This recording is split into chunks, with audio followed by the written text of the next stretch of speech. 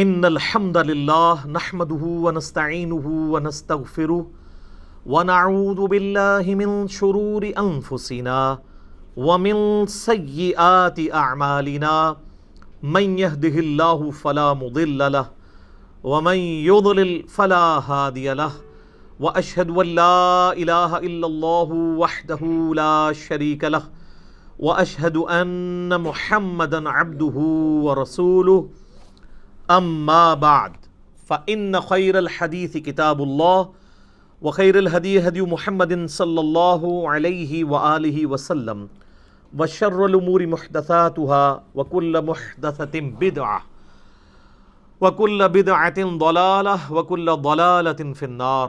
أعوذ بالله السميع العليم من الشيطان الرجيم من همزه ونفخه ونفثه. بسم الله الرحمن الرحيم. رب اشرح لي صدري ويسر لي امري واحلل عقدة من لساني يفقهوا قولي. بسم الله الرحمن الرحيم. ان الله وملائكته يصلون على النبي يا ايها الذين آمنوا صلوا عليه وسلموا تسليما. اللهم صل على محمد وعلى آل محمد كما صليت على إبراهيم وعلى آل إبراهيم إنك حميد مجيد. اللهم بارك على محمد وعلى آل محمد كما باركت على إبراهيم وعلى آل إبراهيم إنك حميد مجيد. اللهم ربنا آتنا في الدنيا حسنة وفي الآخرة حسنة وقنا عذاب النار. لا الہ الا انت سبحانک انی کنت من الظالمین. حسبنا اللہ ونعم الوکیل. یا حی یا قیوم برحمتک استغیث ولا حول ولا قوة الا باللہ العلی العظیم. ربنا آتنا من لدنک رحمة وہیئ لنا من امرنا رشدا. آمین ثم آمین. الحمدللہ آج 3 نومبر 2019 کو سنڈے کے دن بمطابق 5 ربیع الاول 1441 ہجری میں ہماری قرآن کلاس نمبر 3 انشاءاللہ ہوگی، جس میں ہم انشاءاللہ قرآن حکیم کے تعارف کے اعتبار سے جو میں نے علمی پوائنٹس آج تک ڈسکس کیے ہیں، یعنی 20 پچھلی 2 کلاسوں کے اندر، اس سے آگے ہم انشاءاللہ اس کو لے کے چلیں گے. علمی پوائنٹ نمبر 21 سے آنورڈ. علمی پوائنٹ نمبر 21 وہ ہے میرے بھائیوں، قرآن حکیم عربی ادب کی جس کیٹیگری میں فال کرتا ہے اسے ہم کہتے ہیں خطبے کا سٹائل. قرآن حکیم اس طرح کی کتاب نہیں ہے جیسا کہ آپ کوئی بھی دنیاوی رائٹر آپ دیکھیں گے، جب کتاب لکھتا ہے تو وہ چیپٹرز بناتا ہے، ایک مقدمہ لکھتا ہے، پھر آگے ایک ترتیب کے ساتھ چیزوں کو مختلف چیپٹرز کے اندر ایڈریس کرتا ہے، جیسے ونس اپان اے ٹائم والا سٹائل ہے، اور اس میں ایک ربط پایا جاتا ہے. اس طرح کا ربط قرآن حکیم میں نہیں پایا جاتا جہاں تک چیپٹرز کی ترتیب کا تعلق ہے.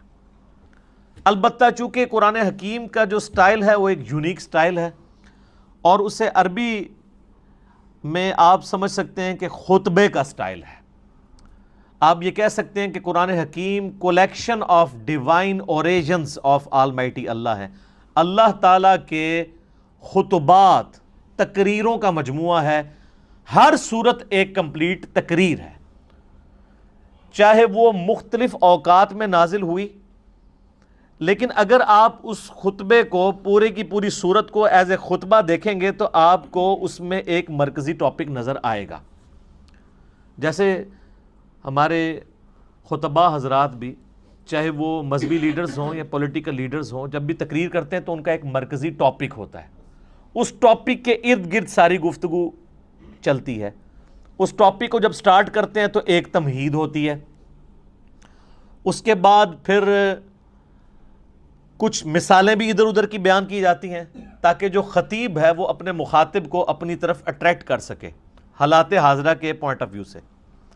اور پھر جب خطبہ کنکلوڈ ہونے لگتا ہے تو جو سب سے زیادہ مرکزی ٹاپک ہے اس کو دوبارہ سے ایڈریس کیا جاتا ہے، کیونکہ بات کنکلوڈ ہو رہی ہوتی ہے. چونکہ قرآن حکیم اللہ تعالیٰ کے خطبات کا مجموعہ ہے، 114 خطبے ہیں، 114 صورتیں جو ہیں، اس کو ذہن میں رکھ کے قرآن حکیم کو پڑھیں گے تو پھر آپ کو بات سمجھ آئے گی کہ یہ سٹائل کیوں ہے۔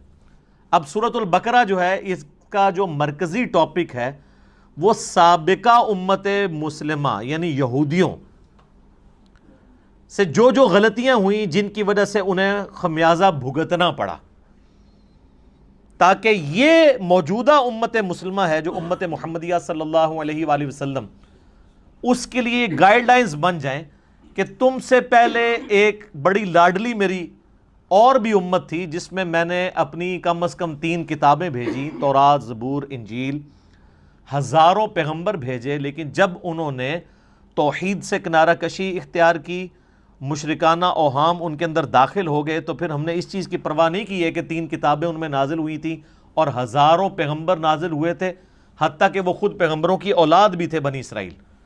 پھر ضربت علیہم الذلہ والمسکنہ، پھر ہم نے ان کے اوپر ذلت اور مسکنت مسلط کر دی، اور اس میں بھی ٹاپ آف دا لسٹ بنی اسرائیل کو، یہودیوں کو ایڈریس کیا گیا۔ اس سے اگلی سورت سورہ آل عمران کے اندر مرکزی طور پر ایڈریس کیا گیا ہے کرسچنز کو، اور مضامین بھی بیان ہوئے ہیں لیکن مرکزی ٹاپک ہی ہے۔ اس لیے آپ دیکھیں جتنی بھی صورتیں ہیں ان کا آغاز بھی بڑا جاندار ہوتا ہے۔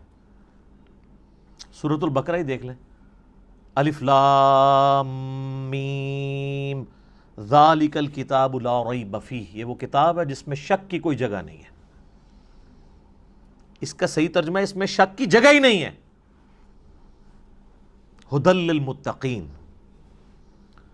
ان لوگوں کے لیے ہدایت ہے جو ڈر جانے والے ہیں، یعنی جو زندگی میں اپنی عقل استعمال کر کے ایک دفعہ ضرور اس رزلٹ پہ پہنچتے ہیں کہ ساری کی ساری کائنات جس نظام کے تحت چل رہی ہے وہ نظام کسی کے بنانے سے بنا ہے۔ God is the only explanation of all the physical phenomena in this universe۔ اس کائنات میں ہونے والے ہر فزیکل فینومینا کے پیچھے خدا ہے، اللہ ہے۔ پھر وہ ڈر جاتے ہیں کہ وہ اللہ جس نے ہماری مرضی کے بغیر ہمیں پیدا کیا ہے، وہ ہمارے ساتھ کچھ بھی کر سکتا ہے، اس کی طرف رجوع لاتے ہیں، غیب پر ایمان لاتے ہیں، نماز پڑھتے ہیں، اس کے دیے ہوئے رزق میں سے اس کی راہ میں خرچ کرتے ہیں۔ اور پھر سورۃ البقرہ کا اینڈ کتنی جاندار آیات پہ ہو رہا ہے، آمن الرسول بما انزل الیہ من ربہ والمؤمنون کل آمن باللہ وملائکتہ وکتبہ ورسلہ آنورڈ۔ اسی طریقے سے آپ ساری صورتوں کو دیکھیں تو ان کا سٹارٹ اور اینڈ بڑا جاندار ہے، اور پھر بیچ میں آپ کو مثالیں بھی بیان کی جائیں گی، واقعات بھی بیان کیے جائیں گے تاکہ بوریت نہ آئے۔ اور یہ قرآن حکیم کی میرے بھائیوں وہ خصوصیت ہے، قرآن بور نہیں ہونے دیتا۔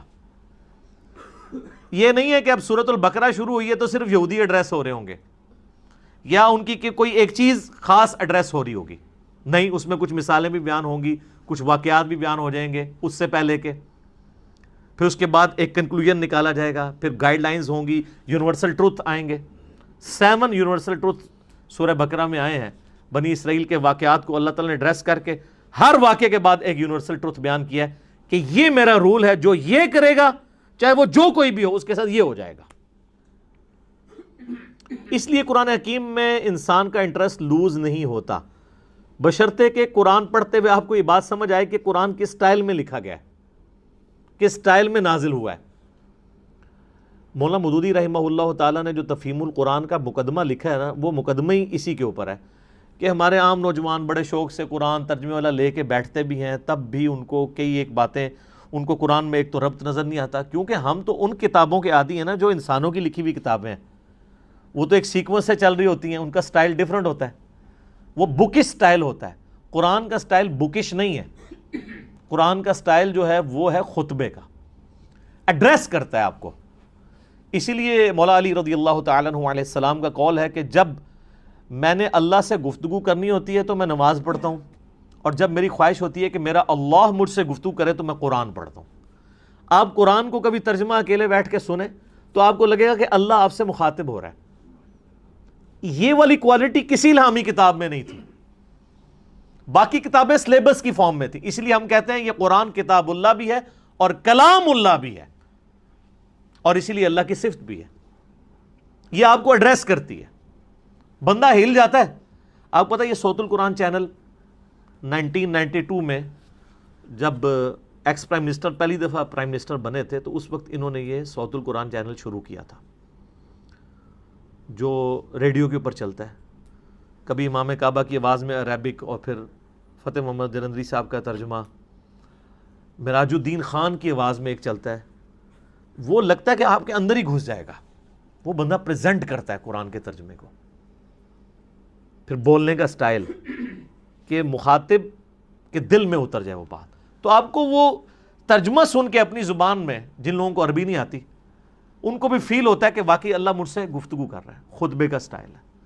تو مودودی صاحب نے اس مقدمے میں لکھا کہ ہمارے نوجوان لے کے بیٹھتے بھی ہیں, تب بعد میں پریشان ہو جاتے ہیں کہ یار یہ عجیب بے ربط آیات ہیں, کبھی کوئی بات شروع ہو جاتی ہے, کبھی کوئی بات شروع ہو جاتی ہے.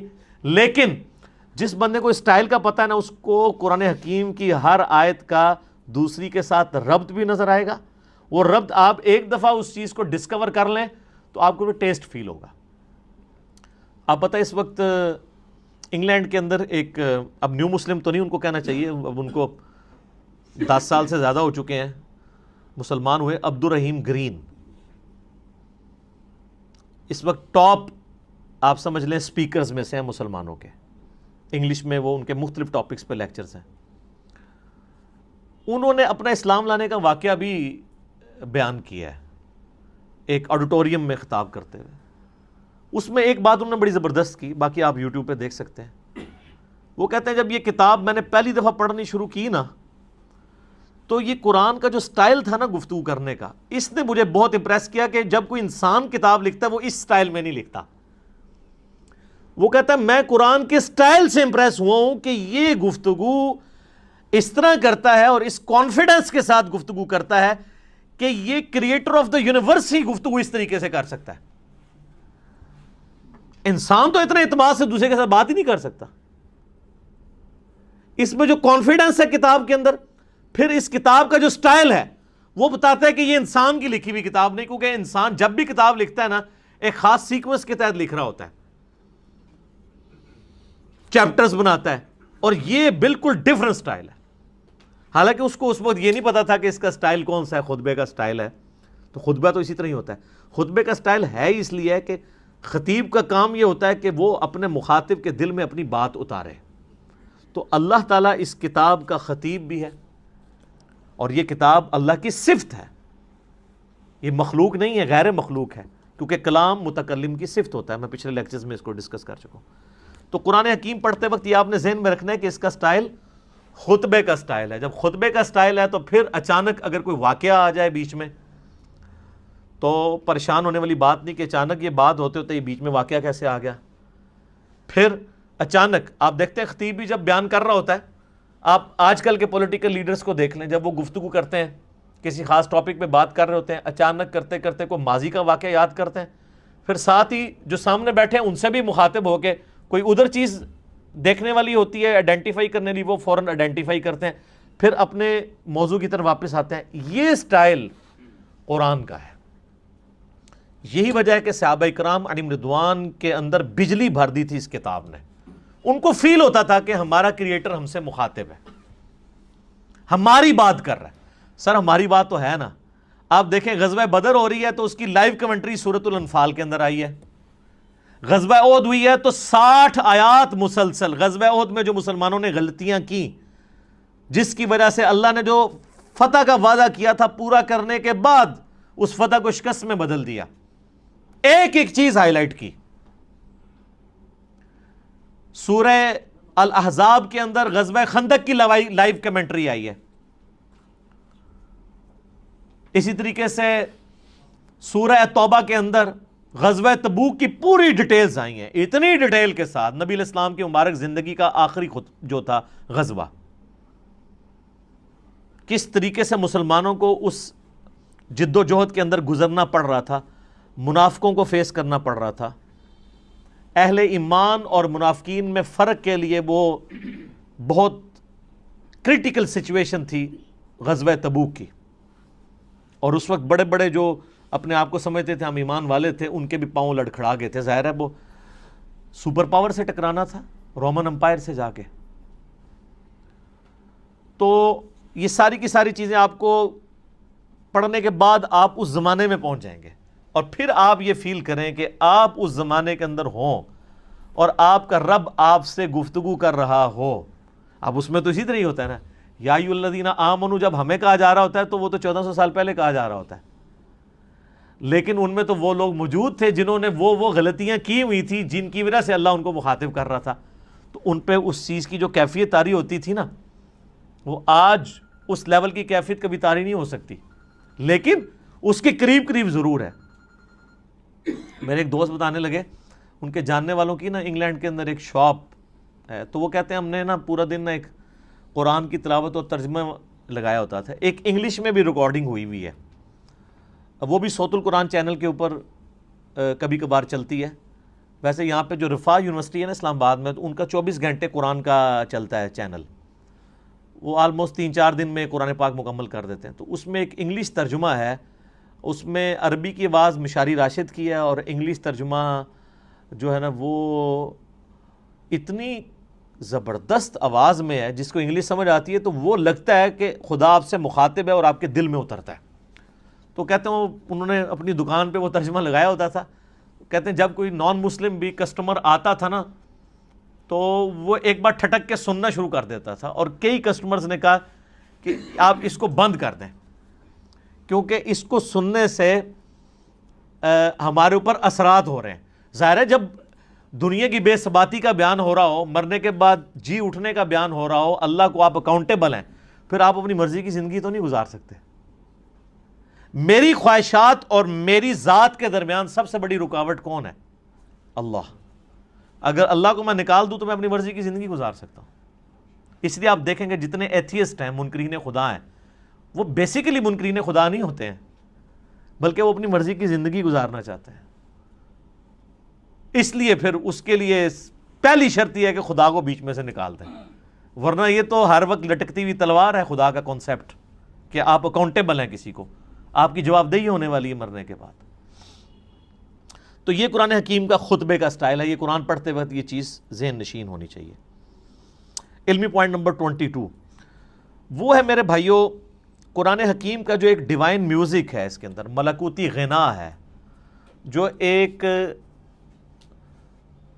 آپ شاعری تو اسے نہیں کہہ سکتے، لیکن ہم وزن ہے آیات۔ الرحمن علم القرآن خلق الانسان علمہ البیان۔ آپ دیکھتے ہیں یہ ایک جتنی بھی نہیں ہے، لیکن ان میں ایک ڈیوائن میوزک، ملکوتی غنا، ایک صوتی آہنگ پایا جاتا ہے۔ یہ جو قرآن حکیم کا سٹائل ہے یہ کوئی شاعری والا نہیں ہے، کیونکہ شاعری کے اندر ردیف قافیے جو ہیں وہ بالکل برابر ایک طرح چل رہے ہوتے ہیں، قرآن حکیم میں تو ایسے نہیں چل رہے۔ ایون ملکوتی غنا ہوتا ہے لیکن الفاظ ڈیفرنٹ کے ساتھ، جیسے سورۃ الفاتحہ آپ دیکھ لیں، الحمدللہ رب العالمین الرحمن الرحیم۔ اب رب العالمین میں نون ہے، الرحمن الرحیم کے اینڈ پہ میم ہے، الفاظ تو مختلف ہیں۔ اگر شاعری ہوتی تو یہاں بھی نون ہی ہوتا، لیکن اگلی آیت مالک یوم الدین واپس اسی سٹائل میں۔ تو یہ شاعرانہ کلام بھی نہیں ہے، لیکن اس میں ایک ربط بھی ہے، وہی ربط عرب کے لوگوں کو اٹریکٹ کرتا تھا۔ اگر قرآن حکیم نثر کی فارم میں ہوتا تو اس کی اٹریکشن نہ ہوتی اس طرح کی جو اس کی وجہ سے ہے، اور اسی وجہ سے ہم قرآن حکیم کو طرز لگا کے پڑھ بھی لیتے ہیں، ورنہ قرآن حکیم کی جو آپ قاریوں کی اتنی طرزیں پیاری پیاری سنتے ہیں، یہ کبھی طرز لگا ہی نہ سکتے اگر اس کا نثر کا سٹائل ہوتا تو۔ اور یہ طرز لگانے کا حکم ہے، بخاری اور مسلم میں حدیث ہے، نبی صلی اللہ علیہ وآلہ وسلم نے فرمایا جو قرآن کو ترنم سے نہ پڑھے وہ ہم میں سے نہیں ہے۔ یہ نہ سمجھیے گا کہ یہ لوگ شوقیہ پڑھ رہے ہوتے ہیں، نبی علیہ السلام خود بھی ترنم سے قرآن پڑھا کرتے تھے، بخاری مسلم میں کئی احادیث ہیں، حتیٰ کہ بخاری میں ایک حدیث ہے، نبی صلی اللہ علیہ وآلہ وسلم نے فرمایا اللہ تعالیٰ اپنی مخلوقات میں سے سب سے زیادہ شوق کے ساتھ وقت کے پیغمبر کی آواز کو سنتا ہے جب وقت کا پیغمبر ترنم کے ساتھ قرآن پڑھ رہا ہوتا ہے، اپنی کتاب پڑھ رہا ہوتا ہے۔ اللہ تعالیٰ اس چیز کو شوق سے سنتا ہے۔ آپ عرب کے قاریوں کو دیکھیں نا، اور میں کہتا ہوں آج کے دور میں جیسے کہ مشاری راشد نے ایک عام مسلمان کے دل میں قرآن حکیم کی محبت پیدا کی ہے نا، وہ یقیناً ان کا خاصہ ہے۔ دیکھیں یہ فیلڈ ہے نا، قرآن حکیم کی ایک فیلڈ ہے کہ ایک بندہ اچھی عربی جانتا ہو، اچھی تفسیر کر لے، یہ ایک فیلڈ ہے۔ ایک فیلڈ یہ ہے کہ قرآن حکیم کی وہ خطاطی اچھی کر لے۔ اب عالم دین تو خطاطی نہیں کر پائے گا، ایک جو خطاط کر سکتا ہے۔ اس وقت بھی آپ کو پتہ ہے جو ٹاپ آف دا لسٹ خطاط ہے، جو اب مسجد نبوی میں ساری حرمین میں جو رائٹنگ کر رہے ہیں، وہ پاکستان کا ہے، کراچی کا رہنے والا ہے۔ اس کو پورا آفس دیا انہوں نے، ادھر تو اس بیچارے کو پوچھتا ہی کوئی نہیں تھا، وہ تو جب اس کی رائٹنگ سامنے آئی ہیں تو اب یہ ایک علیحدہ سے فیلڈ ہے۔ اسی طریقے سے قرآن حکیم کو ترنم سے پڑھنا، یہ بھی الگ سے ایک فیلڈ ہے۔ ایک تو ترنم وہ ہے جو مولوی لگاتے ہیں، قرآن بالکل غلط پڑھ رہے ہوتے ہیں، صرف ترنم ہی ہوتا ہے اس میں، اور گانے کی طرز پہ پڑھ رہے ہوتے ہیں۔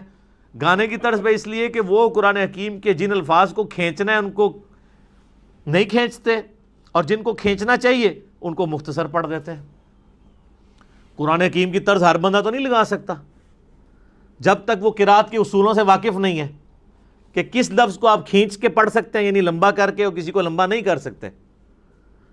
اسی لیے آپ دیکھیں گے علماء حضرات اکثر جو قاری نہیں ہوتے، جب وہ قرآن پڑھ رہے ہوں گے نا تو بالکل غلط قرآن پڑھ رہے ہوتے ہیں، زبر زیر ٹھیک پڑھ رہے ہوں گے، اور بعض تھوڑے بہت ایسے ہوں گے جو پروناؤنس بھی صحیح کر لیں گے۔ ویسے تو عموماً وہ لگتا ہے پنجابی میں ہی قرآن پڑھ رہے ہیں، عربی ان کو آتی ہوتی ہے لیکن عربی پروناؤنس نہیں صحیح کرنی آتی۔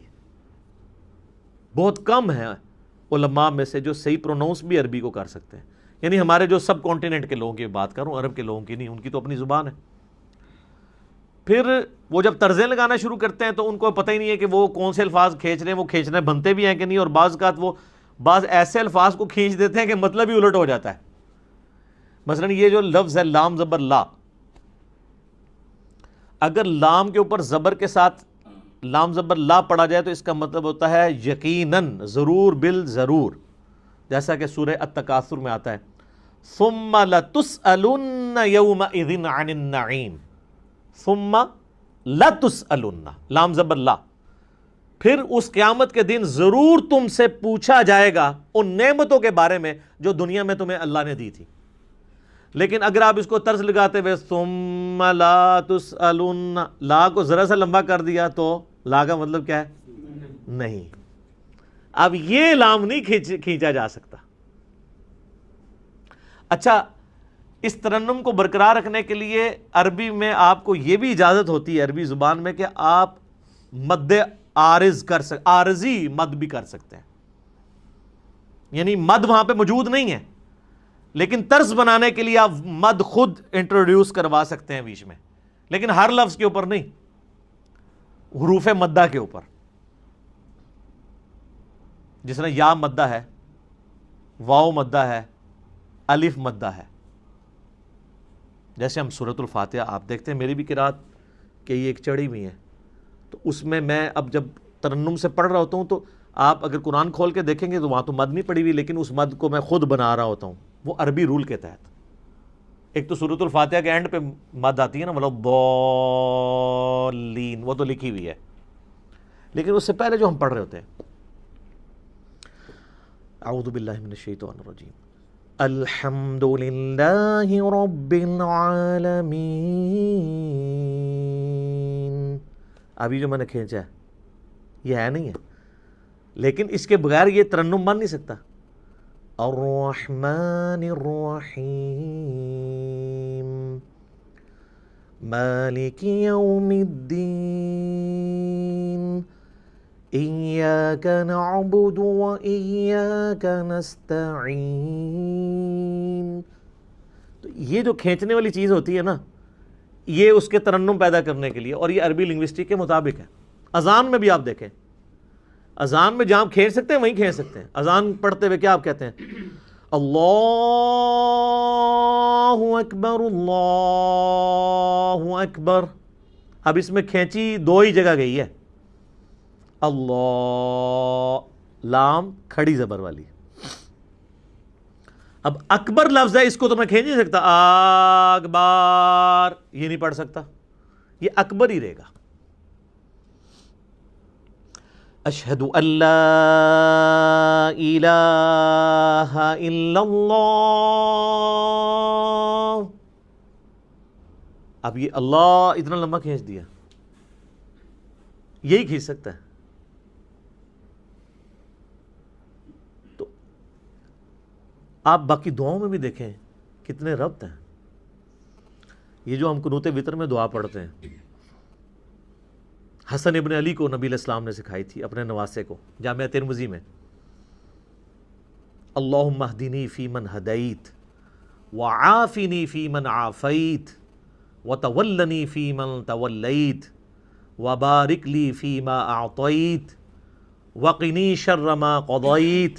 دیکھا کیسی ٹون ہے اس میں، دعاؤں میں بھی آپ کو نظر آئے گی. قل اعوذ برب الفلق من شر ما خلق ومن شر غاسق اذا وقب. لمبائی ڈیفرنٹ ہو گئی ہے لیکن اس کی جو ملکوتی غنا ہے وہ برقرار ہے. اصل بعض صورتیں ایسی ہیں جن میں جو شاہکار ہیں عربی لنگوسٹک کا، سورہ مریم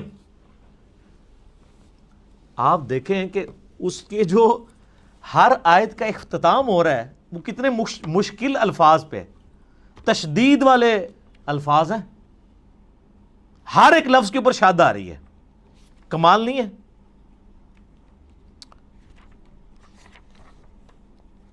پارہ نمبر 16 کے اندر جا کے آتی ہے نا سورہ مریم.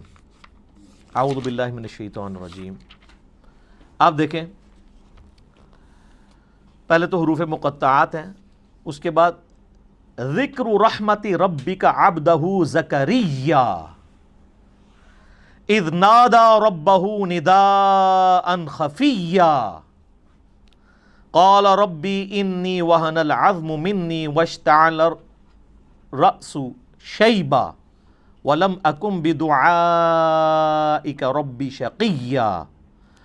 اس کے بعد اگلے ولیا رضیا سمیا عتیا عشیا صبیا تقیا عصیا حیا شرقیا سویا تقیا زکیا بغیا. ٹون ہے. اور یہ دو صورتیں تو کمال ہیں، سورہ طٰہٰ اور سورہ مریم. طٰہٰ ما انزلنا علیک القرآن لتشقى الا تذکرۃ لمن یخشی. سر عربی ایویں تو پاگل نہیں ہو گئے تھے جناب، کیا وہ جڈ قوم ہے اور سپر پاورز الٹ کے رکھ دی ہیں صدیوں کی. بجلی بری گئی تھی ان کے اندر، اس قرآن نے ان کے اندر یقین ڈال دیا تھا. وہ تو یعنی جتنے لوگ اپنی زندگی سے محبت کرتے ہیں اتنی وہ اپنی موت سے محبت کرتے تھے. اور جب اس لیول کی کوئی آرمی ہو اس کے آگے کون ٹھہر سکتا ہے؟ کوئی ریسورسز نہیں تھے، کافروں کے ریسورسز چھین کے ان کو الٹ دیا. وہ ایمان اس کتاب کے ذریعے یتلو علیہم آیاتہ ویزکیہم ویعلمہم الکتاب والحکمہ.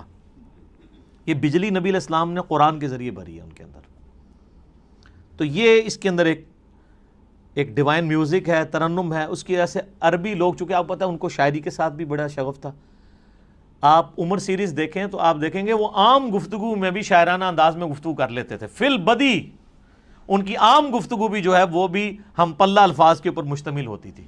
اسی لیے وہ نان عربز کو اجمی کہا کرتے تھے. یہ تو گونگے ہیں، ہمارے سامنے بول ہی نہیں سکتے، حالانکہ خود چٹے ان پڑھ تھے، علم کوئی نہیں تھا لیکن زبان کے ماسٹر تھے.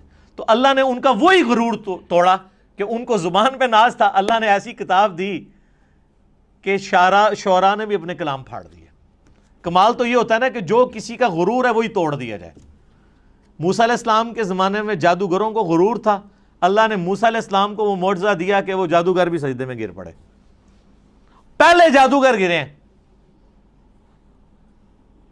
کیونکہ ان کو سمجھ آ گیا کہ یہ جو کچھ کر رہے ہیں جادو نہیں ہے، ہمیں پتہ ہے کہ جادو کیا کر سکتا ہے. ایک جادوگر جو ہے وہ جادو کے ایپیکس کو جانتا ہے. ایک میڈیکل کی فیلڈ کا بندہ وہ جانتا ہے کہ میڈیکل زیادہ سے زیادہ کیا کر سکتی ہے. آج آپ کسی ڈاکٹر سے کہیں، اب تو یہ چیز تو ایوالو ہو چکی ہے نا کہ ہڈی کو جوڑنے کے لیے ایک ٹائم درکار ہے. انسان کی ہڈی، وہ ٹائم اس کو چاہیے، وہ بانڈ بنے گا، پلسٹر کرتے ہیں جب ٹوٹ جائے. آپ اگر کسی ڈاکٹر کو کہیں کہ ایک شخص ایسا ہے کہ آپ اس کے بعد ہڈی 2 ٹکڑے کر کے لے جائیں, وہ صرف ہاتھ یوں پھیرے گا, ہڈی واپس اپنی جگہ پہ آگے اسی وقت جڑ جائے گی اور بندہ بھاگنا شروع کر دے گا, تو ڈاکٹر مان لے گا آپ کی بات؟ نہیں. اس کو پتہ ہے یہ نہ تو فزیکل فنامنا آف نیچر سے ثابت ہوتی ہے چیز, نہ یہ ہماری جو میڈیکل سائنس ایوالو ہو چکی ہے اتنی ترقی کے بعد, یہ پاسبل نہیں ہے. اس کا ایک نیچرل پیریڈ ہے, وہ اس نے گزارنا ہے. تو وہ پھر اس چیز کو کہے گا یہ تو معجزہ ہی ہو سکتا ہے, سائن ہی ہو سکتی ہے کوئی. اسی لیے ہم نے, میرے ایک ویڈیو کلپ بھی ریکارڈڈ ہے کہ نبی علیہ السلام کا کوئی بھی معجزہ ایسا نہیں ہے جو سائنٹیفکلی ریپروڈیوس کیا جا سکے, ورنہ وہ معجزہ نہیں ہوگا. نبی علیہ السلام سے جو غیر معمولی معجزات, حسی معجزات, یعنی انگلیوں میں سے پانی کے چشمے جاری ہونا جو بخاری مسلم میں آتا ہے, صحیح بخاری میں آتا ہے ایک صحابی کی پنڈلی کی ہڈی ٹوٹ گئی, آپ نے ہاتھ پھیرا تو اسی ٹائم ٹھیک ہو گیا. یہ وہ چیزیں ہیں کہ جو قیامت تک سائنٹیفکلی کبھی پاسبل نہیں ہوگی کہ کوئی انسان کر کے دکھا سکے. یہ چیز, یہ وہ فزیکل فنامنا آف نیچر کا ٹوٹنا ہے, یہ پاسبل نہیں ہوگا. کبھی یہ پاسبل نہیں ہوگا کہ کوئی پلانٹ کنگڈم کو اینیمل کنگڈم میں بدل دے. حضرت موسیٰ علیہ السلام عصا پھینکتے تھے, پلانٹ کنگڈم اینیمل کنگڈم میں اژدہا بن جاتا تھا. مردے کو کوئی زندہ نہیں کر سکتا. حضرت عیسیٰ علیہ السلام کے زمانے میں طب عروج پہ تھا, اللہ تعالیٰ نے ان کا غرور توڑا. ہاں جی بتاؤ, ان کو اپنی میڈیکل کی فیلڈ کے اوپر بڑا ناز تھا. حضرت عیسیٰ علیہ السلام مادرزاد کوڑی اور اندھوں کو اللہ کی اذن سے شفا دے دیتے تھے. جن کے ڈھیلے بھی نہیں ہوتے تھے, مٹی کا ڈھیلا رکھ کے ہاتھ پھیرتے تھے, آنکھیں واپس آ جاتی تھی. سر جس کی آنکھیں کام نہ کرتی ہو اس پہ ہاتھ پھیرنے سے کیا پوری دنیا بھی پھیر دیں تو اس کی بینائی نہیں آتی, اور ایک مٹی کا ڈھیلا ایک بندہ رکھتا ہے اور ہاتھ پھیرتا ہے اور وہ آنکھ بن جاتی ہے. آج بھی آپ میڈیکل کی فیلڈ وہ کہیں گے یہ امپاسبل ہے. تو معجزہ خواہ کسی بھی پیغمبر کا ہو, وہ ریپروڈیوس نہیں ہو سکتا اگر وہ واقعی معجزہ ہے, کہانی نہ ہو, معجزہ ہو, نہیں ہو سکتا. قرآن حکیم میں داؤد علیہ السلام کے بارے میں آتا ہے لوہا ان کے ہاتھوں پہ نرم تھا, اور لوہے پہ ہاتھ رکھتے تھے, آٹے کی طرح سے گوندھ دیتے تھے, زیرہ بناتے تھے. تو آپ سمجھ سکتے ہیں میڈیکلی اب یہ چیز ثابت ہے کہ کم از کم 1500 ڈگری سینٹی گریڈ چاہیے لوہے کو اس فارم میں لانے کے لیے کہ جس میں آپ مولڈ کر سکیں, اور اگر لے آئیں گے تو اس پہ ہاتھ کوئی نہیں لگا سکتا, اور وہ ٹھنڈے لوہے کے اوپر یوں ہاتھ پھیرتے ہیں اور وہ یوں مولڈ ہو جاتا ہے. یہ وہ معجزہ, یہ ریپروڈیوس نہیں کبھی ہو سکے گا. موسیٰ علیہ السلام نے عصا مارا ہے سمندر کے اندر, اسی ٹائم سمندر پھٹ کے دونوں طرف پہاڑوں کی شکل میں قرآن میں آتا ہو گیا اور بیچ میں راستہ بن گیا. سر یہ معجزہ کبھی نہیں کوئی کر کے دکھا سکتا, ورنہ پیغمبروں کی جو نبوت ہے وہ سٹیک پہ لگ جائے گی اگر غیر پیغمبر بھی فزیکلی سائنٹیفکلی کسی بھی طریقے سے اس چیز کو ریپروڈیوس کر سکے. یہ امپاسبل ہوگا. لیکن الوہین جو ہے, آنکھوں کو دھوکہ دینا, وہ اس زمانے میں بھی تھا, اب بھی ہے, قیامت تک رہے گا. فزیکلی کوئی نہیں کر کے دکھا سکتا. یہ آپ کو جو ڈیوڈ کاپر فیلڈ کے بارے میں ویڈیوز ملتی ہیں, کبھی وہ پانی پہ چل رہا ہے, کبھی دیوار پہ اوپر چڑھ رہا ہے, اس کی میکنگ بھی ساتھ ہی انہوں نے یوٹیوب پہ چڑھا دی ہوئی ہے کہ وہ سارا نظر کا دھوکہ ہوتا ہے. وہ ویڈیو کیمرے کے ذریعے فلمائی ہوتی ہیں ساری چیزیں. وہ جو پانی پہ چل رہا ہوتا ہے تو نیچے انہوں نے وہ شیشے کا بہت بڑا ٹیبل رکھا ہوا ہے, ٹرانسپیرنٹ, جو نظر نہیں آتا, وہ اس کے اوپر چل رہا ہوتا ہے. اس لیے آپ دیکھیں گے وہ پانی پہ چل رہا ہوتا ہے تو نیچے لوگ اس کے نیچے سے یوں تیر رہے بھی ہوتے ہیں, کیونکہ وہ شیشے کے اوپر چل رہا ہوتا ہے. وہ شیشہ اتنا ٹرانسپیرنٹ ہے کہ وہ پانی میں نظر ہی نہیں آتا. وہ جب سائڈ سے دکھاتے ہیں ٹیبل تو پھر نظر آ جاتا ہے. اور شکر ہے کہ یہ پاکستان میں نہیں, ورنہ اولیاء اللہ کے سردار بن جاتا ہے ڈیوڈ کاپر فیلڈ. ہاں,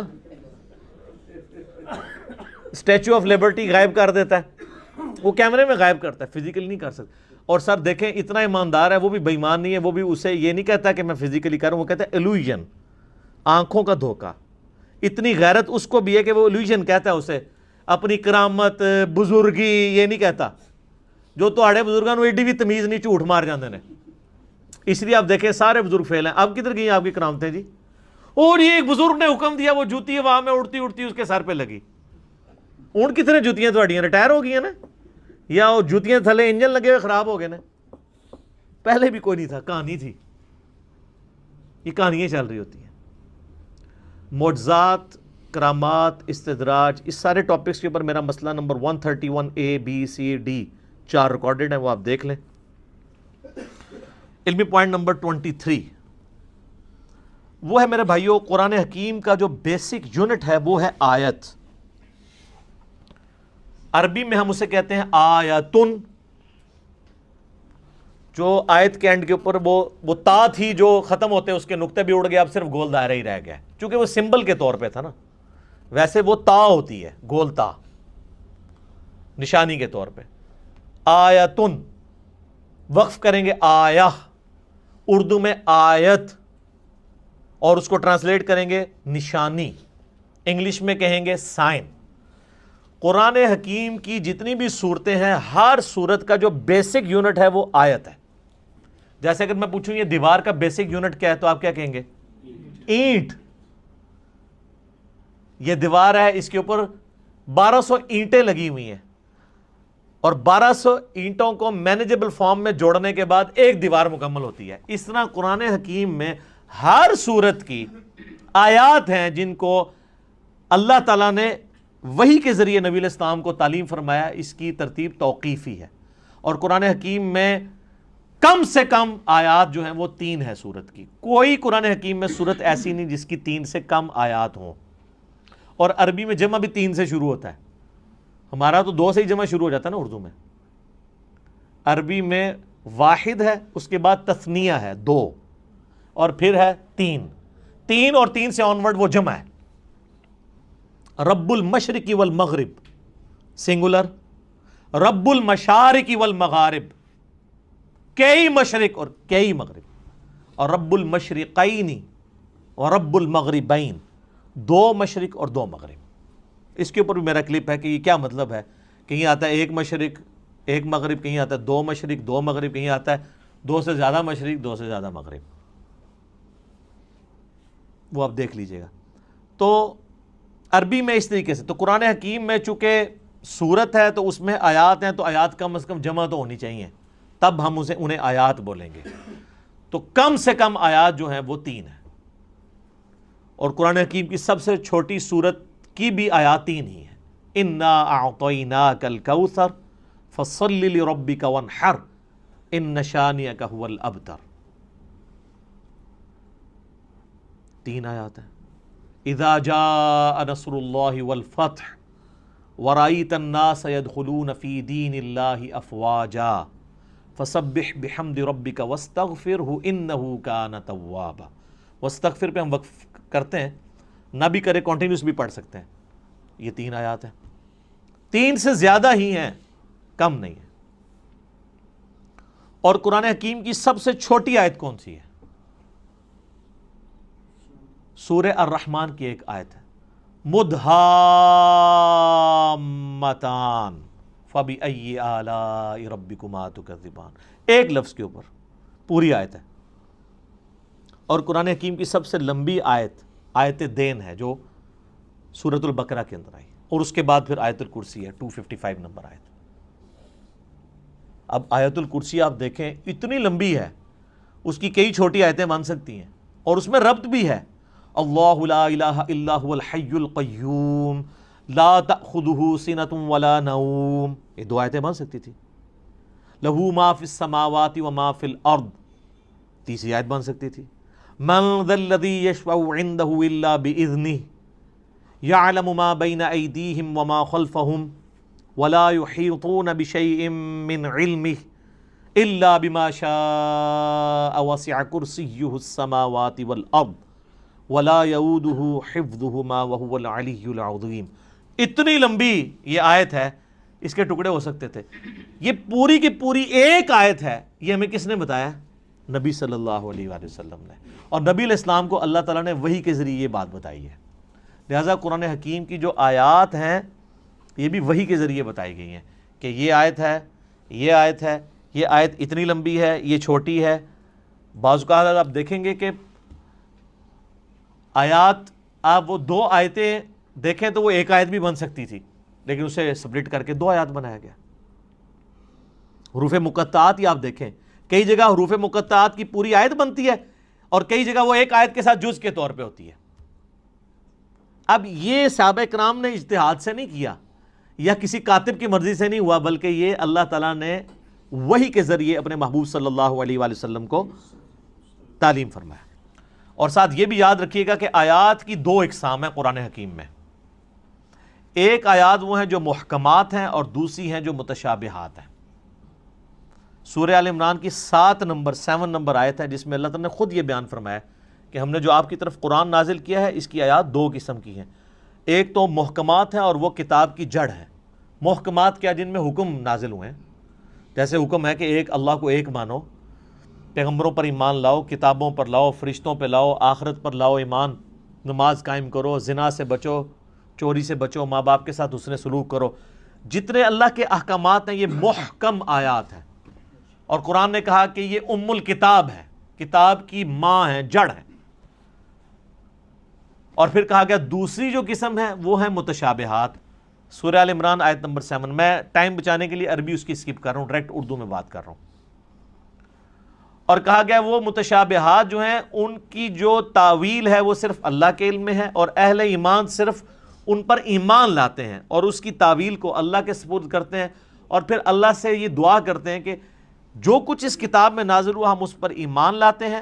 اور پھر وہ کہتے ہیں ربنا لا تزغ قلوبنا بعد اذ ہدیتنا وہب لنا من لدنک رحمہ انک انت الوہاب آمین. اے رب ہمارے دلوں کو ٹیڑھا مت کرنا بعد اس کے کہ تو نے ہمیں ہدایت عطا فرمائی، اور ہمیں اپنے پاس سے رحمت عطا فرما، اے عطا فرمانے والے. تو متشابہات کی وہ تفصیل میں نہیں پڑھتے، اور قرآن میں کہا گیا انہی آیات میں کہ جو ان متشابہات کے پیچھے پڑھتے ہیں ان کے دل ٹیڑھے ہو چکے ہیں، کیونکہ ان کا سلوشن ہمارے پاس موجود نہیں ہے. یہ نہ سمجھیے گا کہ ان کا مطلب ہی کوئی نہیں پتا کسی کو. صرف متشابہ عربی میں کہتے ہیں ریزیمبلنس والی چیزیں. مثلا جنت کے بارے میں جتنی باتیں ہیں یہ متشابہات ہیں کہ جنت میں نعمتیں ملیں گی، حوروں کا کنسیپٹ ہے. اب دنیا میں اس کی مثال آپ من و عن تو پیش نہیں کر سکتے، دنیاوی عورتیں تو اس کی مثال نہیں ہو سکتی، لیکن دنیاوی عورتوں کو اللہ تعالیٰ نے ایک ریزیمبلنس کے طور پر دنیا میں ماڈل کے طور پہ پیش کیا ہے کہ بس جس طرح یہ ہے ایسے ہی حوریں بھی ہوں گی. لیکن وہ کیسی ہیں؟ وہ سورہ سجدہ میں ہے کہ جو اللہ نے تمہارے آنکھوں کی ٹھنڈک چیزیں نعمتیں چھپا رکھی ہیں وہ کوئی اس کو امیجن بھی نہیں کر سکتا. بخاری مسلم میں ہے کہ نہ کسی کے دل میں ان کا کھٹکا بھی گزرا ہے کبھی، نہ کسی آنکھ نے دیکھی، نہ کان نے سنی، نہ کسی کے دل پہ کھٹکا گزرا جو اللہ نے جنت میں نعمتیں تیار کر رکھی ہیں. لیکن اس کی مثالیں بیان کی جاتی ہیں. اسی طریقے سے کہا گیا شہید زندہ ہے لیکن تمہیں شعور نہیں ہے. کہہ دیا نا بھئی زندہ کیسے ہے؟ مرا ہوا ہے، اٹھ نہیں سکتا، قبر سے باہر نہیں نکل سکتا. یہ متشابہ آیات ہے کہ وہ آخرت کی زندگی ہے، اس پہ دنیا کے رولز اپلائی نہیں ہوتے. اچھا قرآن بار بار کہہ رہا ہے کہ تمہیں شعور نہیں ہے.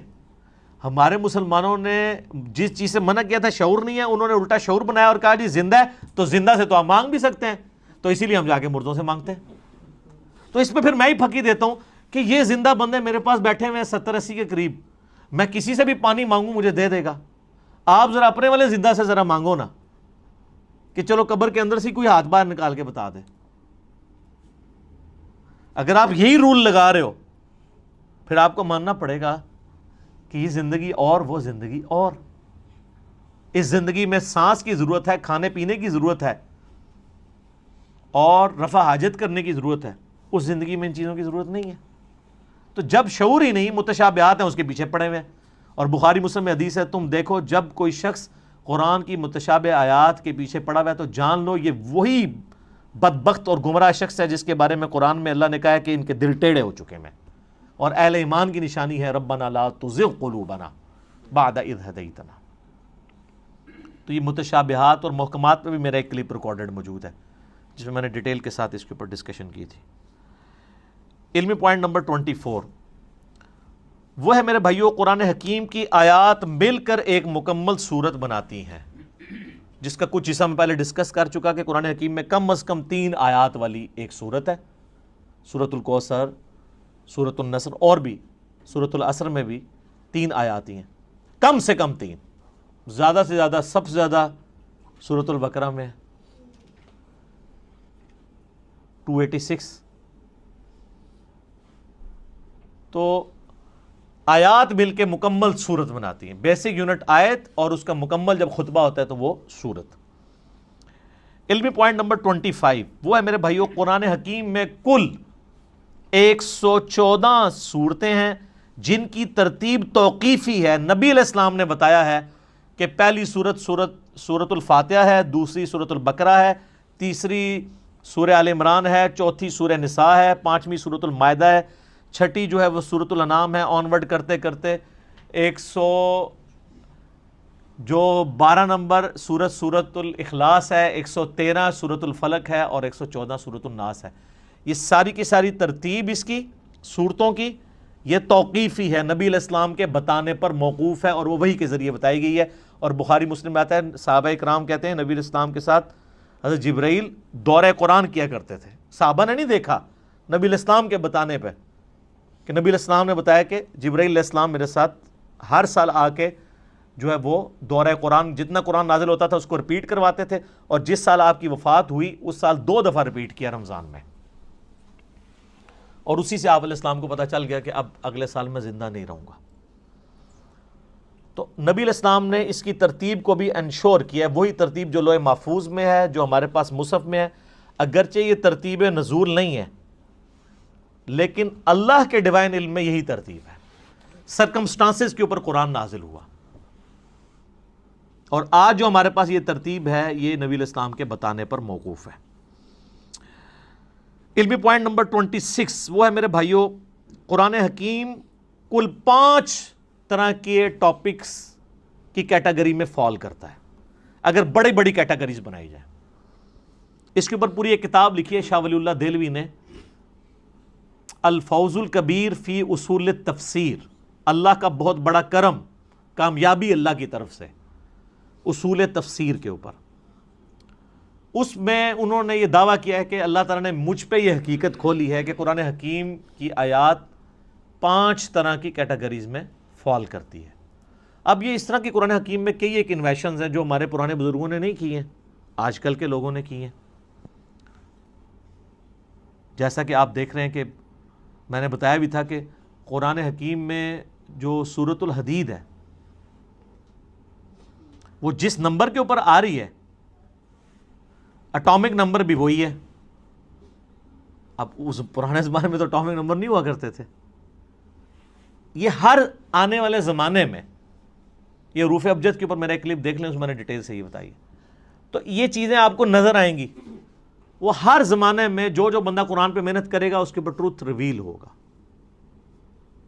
قرآن حکیم میں آیات جوڑوں کی شکل میں نازل ہوئیں صورتیں، پرانے بزرگوں سے آپ کو اس طرح کی چیزیں نہیں ملیں گی، لیکن یہ حمید الدین فراہی رحمہ اللہ تعالیٰ جو ڈاکٹر اسرار صاحب کے آپ سمجھ لیں دادا استاد تھے، انہوں نے پہلی دفعہ یہ ٹروتھ ریویل کیا کہ قرآن حکیم کی ہر صورت کا کوئی نہ کوئی جوڑا ہے۔ کچھ تو ہمیں پتہ ہی ہے، سورۃ الفلق، سورہ جو ہے وہ سورہ ناس، یہ مطلب جوڑا ہے دونوں کا، لیکن جو بیچ میں کی صورتیں انہوں نے پھر بتایا کہ واقعی وہ جوڑے ہیں، جیسے مرد و عورت کا جوڑا ہوتا ہے اس طرح ریسیپروکل پایا جاتا ہے صورتوں کے اندر۔ سورہ بقرہ اور سورہ آل عمران بھی جوڑا ہے، ایک یہودیوں کو ایڈریس کرتی ہے، دوسری عیسائیوں کو ایڈریس کرتی ہے۔ تو اس طرح کئی ایک صورتیں جو جوڑوں کی فارم میں، یہ ٹروتھ بال میں ریویل ہوا ہے۔ بل یہ الفوز الکبیر فی اصول التفسیر کا اردو ترجمہ بھی آ چکے، آپ پڑھیں، 5 کیٹیگریز انہوں نے بیان کی ہیں۔ نمبر 1 علم الاحکام، یعنی قرآن حکیم کی آیات احکام سے ریلیٹڈ ہوں گی، نماز، روزہ، حج، زکوٰۃ، عقائد، یہ ساری چیزیں علم الاحکام میں آتی ہیں۔ نمبر 2 علم المخاصمہ، مخاصمہ کہتے ہیں جھگڑا کرنے کو، علمی جھگڑا، یعنی جو منکرین خدا ہیں یا جیوز اور کرسچنز ہیں ان کے جو لیم ایکسکیوزز ہیں ان کے علمی جوابات دیے گئے ہیں، تو یا آیات اس کے اوپر مشتمل ہوں گی۔ نمبر 3 التذکیر بالموت، موت کو یاد کروا کے کہ تمہیں مر کے کسی کے پاس پہنچنا ہے اور آخرت کی زندگی میں دنیا کی زندگی کا جواب دینا ہے، اس کو کہتے ہیں التذکیر بالموت، نصیحت کرنا موت کو یاد کروا کے۔ اس کے اوپر آیات، اب یہ تو قرآن پاک میں بڑا مین ٹاپک ہے۔ قرآن حکیم کے اگر 2 مین ٹاپک دیکھے جائیں تو عقیدہ توحید اور دوسرا ہے دنیا کی بے ثباتی، دنیا سے بے رغبتی۔ چوتھی کیٹیگری انہوں نے کہا التذکیر بآلاء اللہ، اللہ کی قدرت کی بڑی بڑی نشانیوں کے ذریعے اللہ اپنا تعارف کرواتا ہے. جتنے فزیکل فینومینا آف نیچر اس میں ڈسکس ہوئے ہیں، سائنٹیفک فیکٹس ڈسکس ہوئے ہیں، اس کا شاہکار آپ کو سورۃ النحل نظر آئے گی، سورہ روم نظر آئے گی، سورہ الرحمن نظر آئے گی. اس میں تو یہ لفظ بھی آ گیا ہے فَبِأَيِّ آلَاءِ رَبِّكُمَا تُكَذِّبَانِ، جس کا ترجمہ اکثر مولویوں نے غلط کیا ہوا ہے. تم اپنے رب کی کون کون سی نعمتوں کو جھٹلاؤ گے؟ حالانکہ نعمت خود عربی کا لفظ ہے. مودودی صاحب نے اس کا ترجمہ صحیح کیا ہے، تم اپنے رب کی قدرت کی کون کون سی نشانیوں کو جھٹلاؤ گے، کیونکہ دوزخ کی آیات کے بعد بھی پھر یہ آیت ریپیٹ ہوتی ہے. تو دوزخ کیا نعمت ہے؟ وہ ترجمہ کرنے والے کو بھی نہیں سمجھ آئی. تو اعلیٰ کا مطلب ہوتا ہے قدرت کی بڑی بڑی نشانی. تو دوزخ اللہ کی قدرت کی نشانی تو ہے جس طرح جنت ہے. تو مودودی صاحب ہر دفعہ جب آیت آتی ہے نا، یہ والی آیت، تو اس کے سیاق و سباق کے اعتبار سے اس کا ترجمہ کرتے ہیں، کیونکہ عربی بڑی ورسٹائل زبان ہے. عربی میں ایک لفظ اگر سیاق و سباق میں آپ مختلف جگہ بیان کریں گے تو وہ اپنا وہ والا مطلب بیان کرے گا. اگر میں آپ کو کہوں مسجد الحرام اور کہوں ولد الحرام، زمین آسمان کا فرق ہے. حرام دونوں جگہ ہی موجود ہے. مسجد حرام جس کی حرمت ہے، عزت ہے، اور ایک وہ حرام ہے جو ہم حرام کہتے ہیں، زنا حرام، چوری حرام. اب یہ حرام ہو رہا ہے. آپ کے حساب سے تو اس کا نام مسجد حلال ہونا چاہیے تھا، حلال مسجد. تو اڈی مسجد ادھر منہ کر کے نماز پڑھ دو تو نہ ہی حرام ہے، لیکن حرام عربی والا ہے. حرمت کی جگہ جہاں پہ آپ اللہ کی حدود کو توڑیں گے تو وہ بڑا جرم ہوگا ایز کمپیئر ٹو اور جگہوں کے. اس کی حرمت اللہ نے رکھی ہے، عزت رکھی ہے، لفظ ایک ہی ہے لیکن دونوں جگہ مختلف معنی دے رہا ہے. تو اس طرح فَبِأَيِّ آلَاءِ رَبِّكُمَا تُكَذِّبَانِ کا ترجمہ بھی مختلف جگہ مختلف آئے گا. اور پانچویں کیٹیگری ہے التذکیر بأیام اللہ، اللہ تعالیٰ کے فیصلوں کے بڑے بڑے جو دن ہیں ان کے ذریعے ڈر سنانا. اور یہ بھی قرآن پاک کا بڑا مین مضمون ہے. اگلی انبیاء کی جو امتیں ان کا ذکر کر کے اللہ تعالیٰ نے پھر فیصلہ اچھا یہ سارے الفاظ قرآن میں موجود ہیں. فَذَكِّرْهُمْ بِأَيَّامِ اللَّهِ، یہ اللہ تعالیٰ نے حضرت موسیٰ علیہ السلام کو کہا کہ اپنی امت کو ڈراؤ اللہ کے بڑے دنوں سے. بڑا دن کون سا؟ جس میں بڑا فیصلہ ہوا. 10 محرم کا دن بڑا دن تھا جس میں یہ فیصلہ ہوا کہ فرعون کو ڈبویا جائے گا اور بنی اسرائیل کو نجات دی جائے گی اس کے ظلم سے. بخاری مسلم میں آتا ہے نا کہ یہودی اس دن روزہ رکھتے تھے کہ فرعون کو ڈبویا گیا. پھر نبی علیہ السلام نے امت کو حکم دیا کہ تم 9 اور 10 دو روزے رکھو. اس پہ ڈیٹیل میرا کلپ موجود ہے، آج میں اس کی طرف نہیں جاتا. قوم عاد جس دن ہلاک ہوئی وہ اللہ کی قدرت کی یعنی آپ ایگزیکیوشن کا ایک بہت بڑا دن ہے. ہماری امت میں فتح مکہ کا دن ایام اللہ میں سے ہے. غزوہ بدر کا دن ایام اللہ ہے، اللہ کے فیصلے کا دن ہے. اللہ نے کہا، یہ کہتے تھے نا فرقان ہوگا، یہ ابو جہل نے کہا تھا کہ یہ حق اور باطل میں فرق کرنے والا دن ہوگا. اللہ نے کہا تم نے فرقان بولا تھا، لے پھر میں اس دن کو فرقان بنا دیتا ہوں کہ نہتے مسلمانوں سے تم لیس ہوئے ہوئے کافروں کو، جنگجو کافروں کو مرواؤں گا. غیبی مدد کے ساتھ ہوا نا. تو یہ اللہ کی قدرت کے بڑے بڑے دن یہ اگلی امتوں میں بھی گزرے ہیں. قوم سمود، قوم عاد، قوم نوح کی تباہی کے دن ایام اللہ تھے. تو یہ 5 کیٹیگریز بنی. اب آپ قرآن کی کوئی آیت نکالیں، میں کوئی آیت بھی پڑھوں، آپ خود مجھے بتا دیں گے کہ یہ فلاں کیٹیگری میں فال کرتی ہے. اگر میں کہوں ان اللہ وملائکتہ یصلون علی النبی یا ایھا الذین آمنوا صلوا علیہ وسلموا تسلیما اللہم صلی علی محمد وعلی آل محمد. یہ آیت کس کیٹیگری میں فال کرتی ہے؟ تو آپ کہیں گے یہ علم الاحکام والی کیٹیگری میں فال کرتی ہے،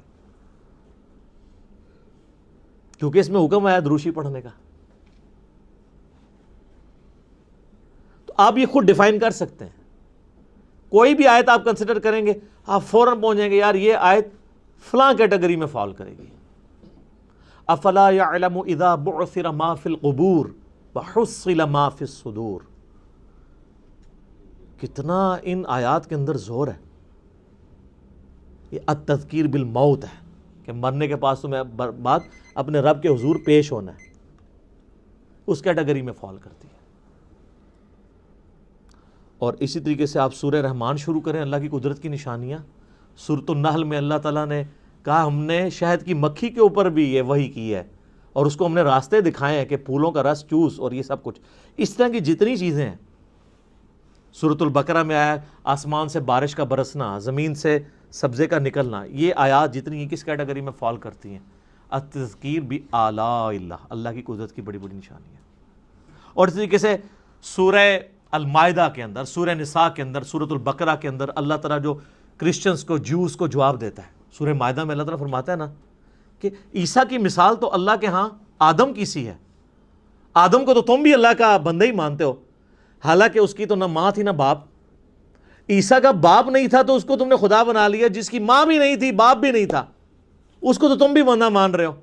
اب یہ مخاصمہ کیا نا, جھگڑا کیا علمی, جس کو میں اینٹی وینم پھکی والی بات کرتا ہوں, الزامی جواب. یہ علم المخاصمہ ہے. ٹھیک ہو گیا جی. ابھی 26 پوائنٹ ہوئے ہیں جی, 14 ابھی بھی باقی ہیں. تو ہو سکتا ہے کہ چوتھا 5واں لیکچر بھی اس پہ ہو. اب ہمارا ٹائم پورا ہو چکا ہے. اللہ تعالیٰ سے دعا ہے جو حق بات میں نے کہی اللہ تعالیٰ ہمارے دلوں میں راسخ فرمائے. اگر جذبات میں میرے منہ سے کوئی غلط بات نکل گئی تو اللہ تعالیٰ ہمیں معاف کر دے, ہمارے دلوں سے محو بھی کر دے. اللہم صلی علی محمد وعلی آل محمد کما صلیت علی ابراہیم وعلی آل ابراہیم انک حمید مجید. اللہم بارک علی محمد وعلی آل محمد کما بارکت علی ابراہیم وعلی آل ابراہیم انک حمید مجید. اللہ تعالیٰ ہمیں اس دعوت حق کو دوسرے بھائیوں تک پہنچانے کی توفیق عطا فرمائے. سبحانک اللہم وبحمدک اشہد ان لا الہ الا انت استغفرک واتوب الیک وما علینا الا البلاغ المبین. جزاکم اللہ خیرا.